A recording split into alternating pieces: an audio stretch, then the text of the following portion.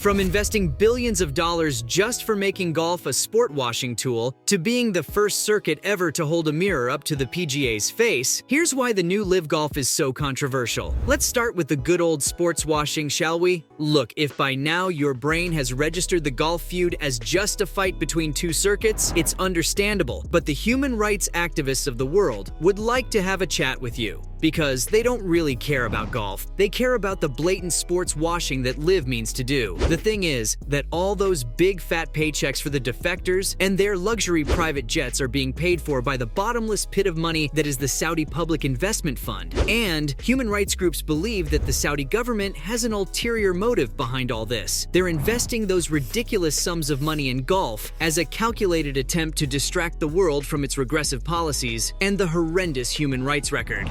Don't look at me. It was a researcher at Amnesty International, Dana Ahmed, who said that. He noted that Saudi Arabia stepped on the gas with its sports washing after a journalist was brutally murdered in 2018 in a Saudi consulate. So yeah, they fueled the LIV machinery with a whopping $784 million by the end of 2022 to make sure that the Saudi government policies are associated more with golf and less with murder. Or as Ahmed put it, to rebrand the country's reputation. But then again, surely a whole country's global image can't be fixed by a little golf tournament, right? Wrong. I mean, nobody pours close to $1 billion into something that won't work. And it's nothing new. Sports washing has been a tool for centuries. Russia did it when it hosted the FIFA World Cup. Qatar did the same. And so did China when it welcomed the Winter Olympics on its soil. A report published back in 2022 explained how easy it is to manipulate the public using sports. Everybody loves sports. When your favorite team or your favorite player is on the screen, you don't care about where the money's coming from, you just watch. Simple. This is exactly why Saudi Arabia has been investing in golf as their latest venture. In fact, they trust that sports washing in golf will work so much that they've built a risky business model. They've spent a lot of money on a league that's still just a golfing infant, and they're at risk of losing more money than they'll make in profits. Because, well, losing money isn't the problem, and neither is golf. It's about that global image. But there's also another reason Saudi Arabia is obsessed with sports. It wants to attract the important pieces on the board. See, when you've got questionable human rights records and regressive policies, the big companies don't really want to be seen with you, for PR reasons of course. But when you're hosting a sports event, something like a game of golf, with some of the best players out there representing you, the business folks don't mind getting into the room with you. Everyone wins, except of course the PGA Tour. Yep, the LIV controversy isn't all about sports washing. The PGA Tour also has sufficient reasons to be absolutely pissed. Not that the tour doesn't care about Saudi Arabia using sports to rebrand itself though, their lawsuit made that very clear. Heck, it's not even the rivalry that makes it so bad, it's the insult to injury that is Greg Norman. See, out of all the people LIV could hire for a CEO, they went with the guy who's been after the tour's guts for over 3 decades. Norman's grudge against the PGA Tour started back in 1994 when he suggested an international league of sorts, with limited fields and huge pockets, pretty similar to the LIV League's current model actually. But back then, his idea was rejected pretty aggressively. Like, Arnold Palmer would have knocked him out right there on that table for such an offensive idea, if he weren't such a gentleman. But then, there was a plot twist. In '96, the tour introduced a World Golf Championship, an international championship that was a little too similar to Norman's pitch, but without him getting any credit. And well, the Aussie didn't take that too well. So, when over 30 years later, the Saudi Investment Fund entered the golf chat, or broke into it more like, it was Greg's time to shine. The revenge plan was, and still is, afoot. So, LIV isn't just a Saudi sports washing project. It's also Norman's way of getting back at the PGA Tour. Vengeance and politics, two things that should never have polluted golf. And what makes it worse is that LIV has also become the means of offending dozens of families who've lost their loved ones. It's the families of the victims of 9/11. According to them, the Saudi sports washing directly affects them too. Back when Augusta National allowed the defectors to participate in the 2023 Masters, the Association of the 9/11 Families protested against that decision, and it wasn't the first time either. Almost every time LIV has hosted an event in the US, the 9/11's families have raised their voices against it. Their point is that America facilitating the Saudi government's attempts at distracting the world from its human rights record means it's forgotten the great tragedy of September 2001. It's understandable if the United States can't stop LIV, but at the very least it shouldn't be promoting it either. As you can see, the list of people and institutions that that LIV has offended just keeps growing. Makes you wonder, all this, and for what? Easy golf that'll ruin the careers of young players, at least according to Tiger Woods. He thinks the model that LIV has introduced isn't just bad for the game in general, but it also does nothing good for the players.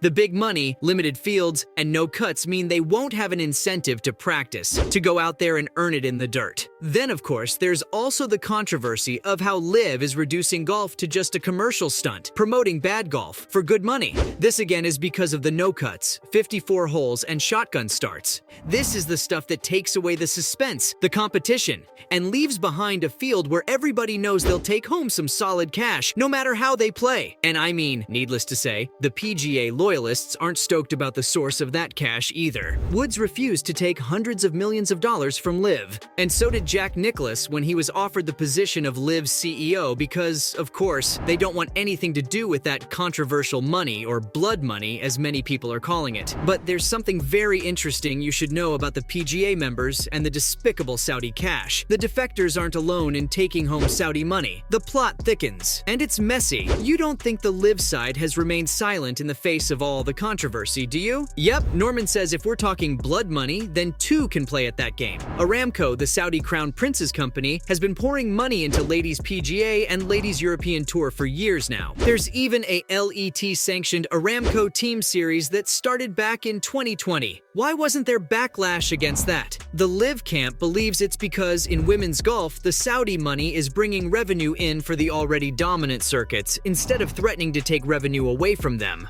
which is something Norman says the PGA Tour can't stand. The way he sees it, the Tour wants the golfing landscape all for itself and will go to any lengths to prevent competition in the market. He's also brought up multiple times the fact that the PGA Tour has around 27 sponsors who do $40 billion worth of business with the Saudis every single year. Not to mention that human rights groups don't really love the PGA's growing ties with China either. See, told ya it's messy as heck, and it doesn't even end there. More cracks within the Tour have started to show. Let's rewind for a second here. Remember when Phil Mickelson defected to LIV Golf? He said he left because he wanted the PGA Tour. It has a problem, and for it to have a reason to look into itself and change its ways. Phil was accused of making excuses when all he really wanted was a big payday. But Tour management has changed its ways since then. To cope with the LIV threat, they're giving away more money. They're more in touch with their players now than they've ever been before, and they're innovating golf. Dare I say, they're becoming more and more like LIV Golf itself. And what does that say about how the Tour was working all these years? I mean, clearly there was room for change, right? And room for a raise for its members for that matter. So yeah, along with all other controversies that LIV brought up, it's also revealed to the world that the PGA was never perfect to begin with. And it took a divisive figure like Greg Norman and the questionable Saudi money for them to admit it and do something about it. And it doesn't take Sherlock to figure out how much it's upset PGA's machinery. So, from being the first ever circuit to hold the PGA Tour accountable to being a sports washing venture for a regressive government, that was everything on why LIV Golf is so controversial.